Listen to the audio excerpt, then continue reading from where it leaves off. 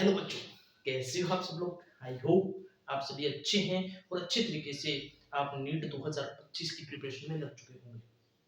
आज अपने इस वीडियो में बात करेंगे कि केमिस्ट्री में 180 आउट ऑफ 180 नंबर कैसे ला सकते हैं।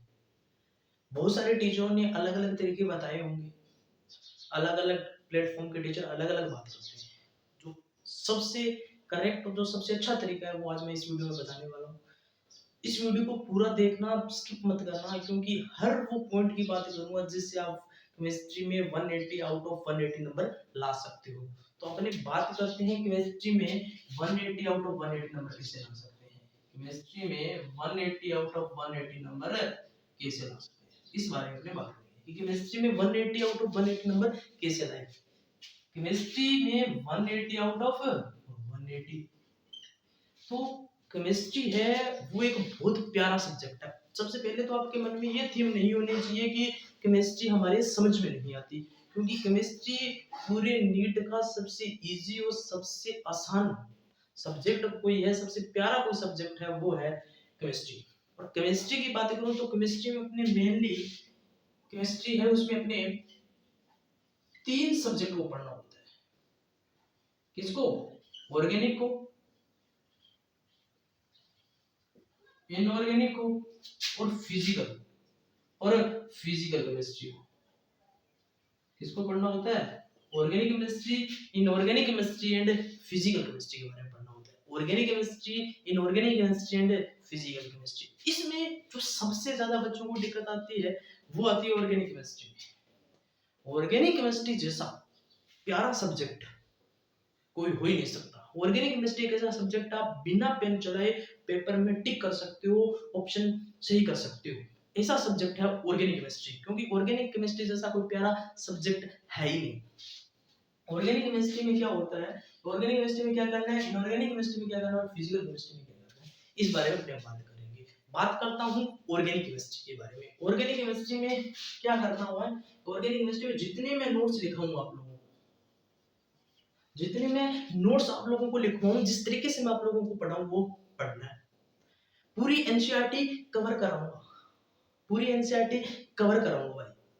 पूरी ऑर्गेनिक केमिस्ट्री में क्या होगा कि अलग अलग प्लेटफॉर्म पे अलग अलग तरीके से पढ़ाते हैं। अपना तरीका कुछ ऐसा रहता है कि जो टीचर मैंने लगभग इस पे देखे हैं, यूट्यूब पर देखे हैं या कहीं पे ऐप में देखे हैं, कहीं कोचिंग इंस्टीट्यूट में देखे हैं, वो चैप्टर के अंदर रिएक्शन पढ़ाते हैं। वो चैप्टर के अंदर रिएक्शन पढ़ाते हैं। अपने रिएक्शन के अंदर पूरे चैप्टर पढ़ेंगे, समझ में? अपने रिएक्शन के अंदर पूरे चैप्टर पढ़ेंगे। जैसे अलग अलग चैप्टर में, जैसे एल्कीन की रिएक्शन अलग अलग चैप्टर में अलग अलग है। ईआर एक रिएक्शन जैसे अल्कोहल फिनोल ईथर में आ गई, कई और रिएक्शन कहीं पे भी आ गई, तो अपने क्या करेंगे, जितनी भी ईआर की जितनी भी रिएक्शन है वो एक साथ पढ़ेंगे, ईएसआर की जितनी भी रिएक्शन है वो एक साथ पढ़ेंगे, एनएसआर की जितनी भी रिएक्शन है एक साथ पढ़ेंगे। अपने रिएक्शन के अंदर क्या पढ़ेंगे, चैप्टर को पढ़ेंगे। चैप्टर के अंदर रिएक्शन सब पढ़ते हैं, अपने रिएक्शन के अंदर क्या पढ़ेंगे, चैप्टरों को पढ़ेंगे। ये बात करता हूँ। सबसे पहले मैं जिस तरीके से आप लोगों को नोट्स पढ़ाऊं उस तरीके से आपको पढ़ना है। उसके बाद में आपको क्या करना है, उसके बाद में सबसे पहले आपको पीवाईक्यू लगाने। कितने साल के? पिछले 7 साल के पीवाईक्यू, पिछले 7 सालों के पीवाईक्यू आपको लगाने हैं, ठीक है।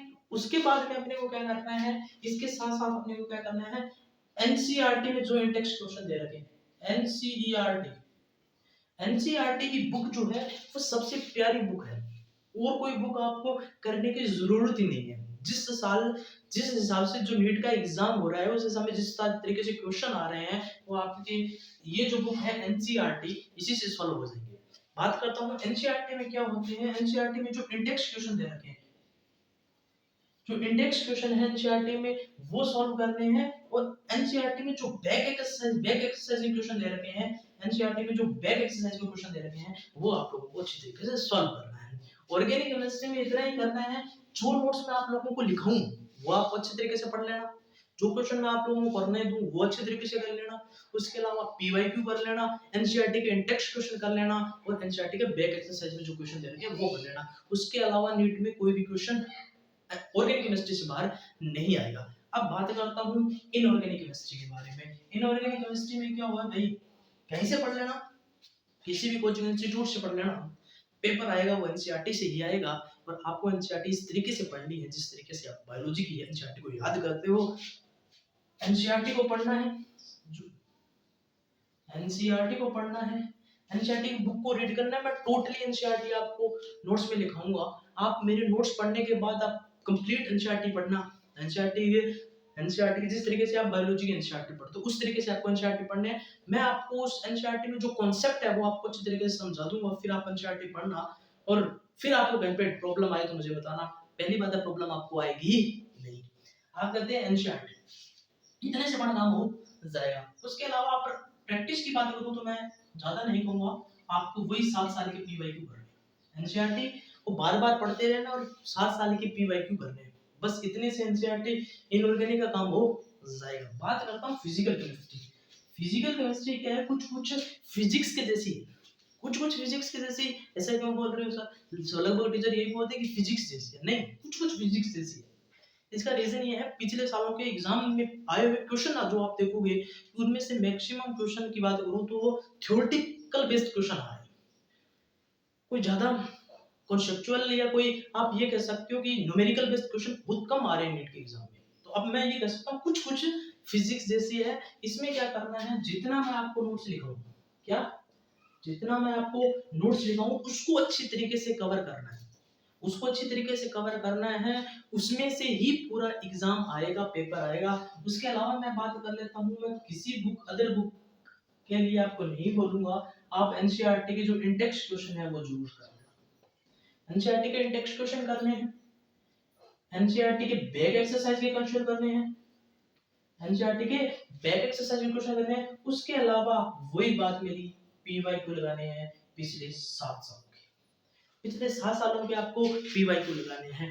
ये जितना मैंने इस बोर्ड पे लिख रखा है उस इतनी चीजें करने से आप केमिस्ट्री के अंदर 180 आउट ऑफ 180 स्कोर कर सकते हो, इजी से हो जाएगा, ज्यादा आपको टेंशन लेने की जरूरत नहीं है। मैं जितना आप लोगों को पढ़ाऊं उतना ही आपको पढ़ना है। और कहो कि जो बच्चा क्या 11th में आता है उसमें बहुत ज्यादा जोश होता है, वो अलग अलग बुक ट्राई करने लगता है, वो उसकी मर्जी है।